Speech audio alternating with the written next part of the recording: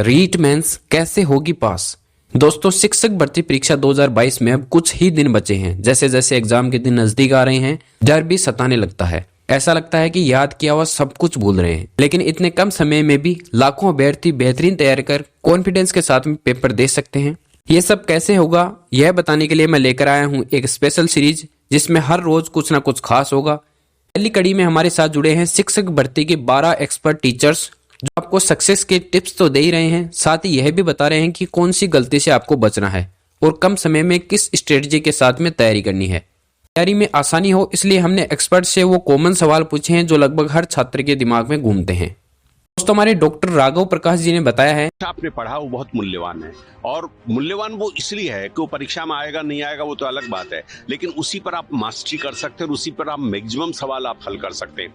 इसलिए अब ज्यादा नया कुछ पढ़ने की बात नहीं है, लेकिन जो है उसको एक बार दोहरा जाइए। प्रश्न हमें नहीं आता है, उस सवाल को छोड़कर आगे बढ़ जाएं। जाने माने शिक्षाविद और पुरस्कार कोचिंग संचालक डॉक्टर राघव प्रकाश ने बताया है कि शिक्षक भर्ती परीक्षा में महज कुछ दिन का वक्त बचा है, लेकिन इससे डरे नहीं बल्कि कॉन्फिडेंट रहे।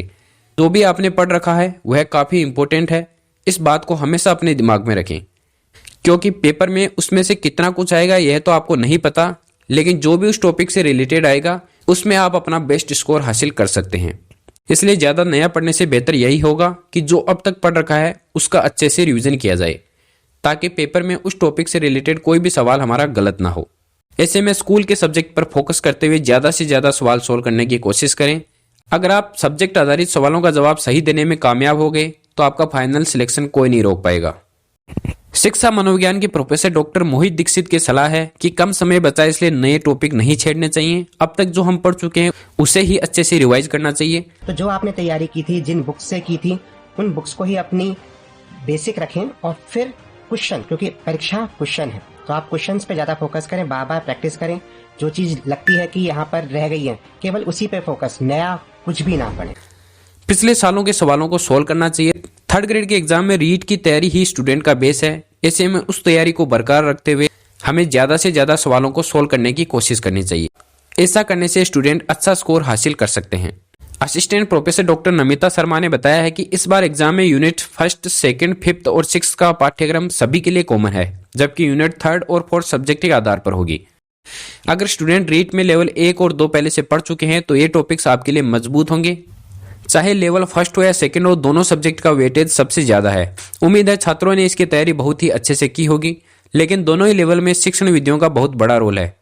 हिंदी, अंग्रेजी, संस्कृत या अन्य सब्जेक्ट की शिक्षण विधियां आती हैं जिनकी मार्किंग बहुत ज्यादा है, इसलिए शिक्षण विधियों को सबसे ज्यादा फोकस करें।